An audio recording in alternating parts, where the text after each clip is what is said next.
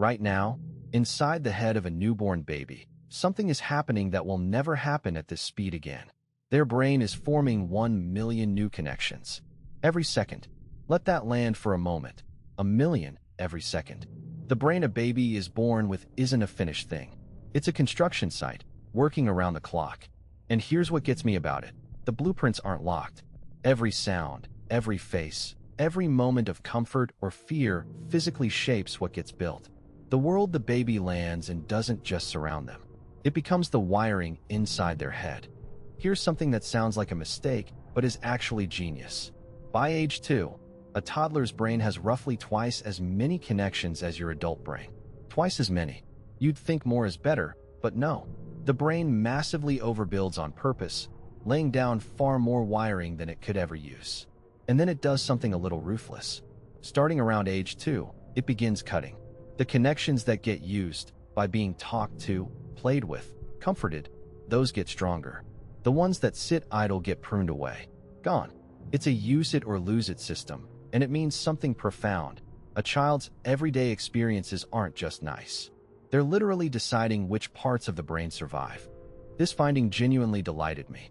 A researcher named Patricia Cole discovered that newborn babies can hear the difference between every single sound used in every human language on the planet. Every one. Mandarin tones, Arabic consonants, sounds your adult ears literally cannot distinguish anymore. A newborn hears them all, perfectly. They arrive as tiny citizens of every language at once. But then, by around their first birthday, the window starts closing. Tuned by whatever language they hear around them, their brain quietly drops the ability to tell apart sounds it doesn't need. They specialize. They become a native speaker of their world, and a little deaf to the rest. The universal listener narrows into someone who belongs to one specific place. And it happens before they say a single word. This one should change how everyone treats babies. Researchers Hart and Risley spent years counting words, literally counting how many words different children heard at home. And by age 3, the gap was staggering. Some children had heard 30 million more words than others. 30 million. And that early gap predicted their language skills and school performance years down the line. Now here's why that matters so much. To a developing brain, words aren't just sounds floating by. They're construction material. Every time you narrate a diaper change, point at a dog and name it, or read the same picture book for the 100th time, you're not just passing time. You're physically laying down neural wiring. The baby can't understand the words yet. Doesn't matter. The building is happening anyway. Now a serious one, but stay with me, because it ends in hope. The developing brain is extremely sensitive to stress. A little stress is normal, even healthy. A fussy afternoon won't hurt anyone. But chronic, relentless stress with no comfort to buffer it. Researchers call this toxic stress, can genuinely disrupt how the brain wires itself in those early years. Here's the part that matters most, though. The single most powerful protection against it isn't wealth or perfect circumstances or doing everything right. It's one thing, a responsive caregiver. Someone who notices when the baby is distressed and answers. That's it. Just being reliably there, again and again, buffers the stress and lets the brain build the way it's meant to. Presence, it turns out, is a form of medicine. And here's the hopeful part one really wanted to get to. The same thing that makes the early brain so vulnerable, its plasticity, how easily it's shaped, is also what makes it remarkably good at recovering.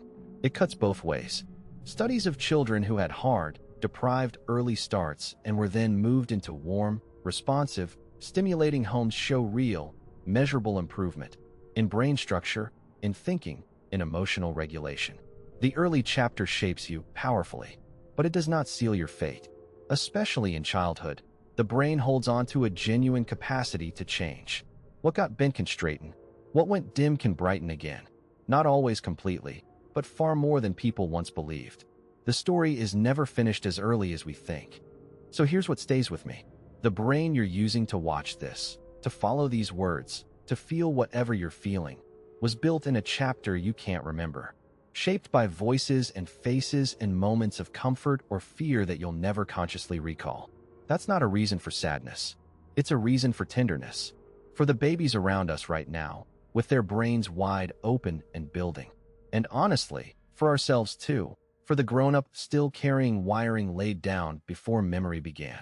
The first chapter built the house you live in. Understanding that doesn't trap you in it. It just helps you finally see the rooms. A million connections a second. Overbuilt, then sculpted. Tuned to your language before your first word. Shaped by every voice and every moment of safety. All of it happening behind a face that just looks like it's drooling and staring at a ceiling fan. Next time, we zoom in on why the first 3 years specifically carry so much weight, and what a small child actually needs during them. It's simpler and more reassuring than the parenting industry wants you to believe.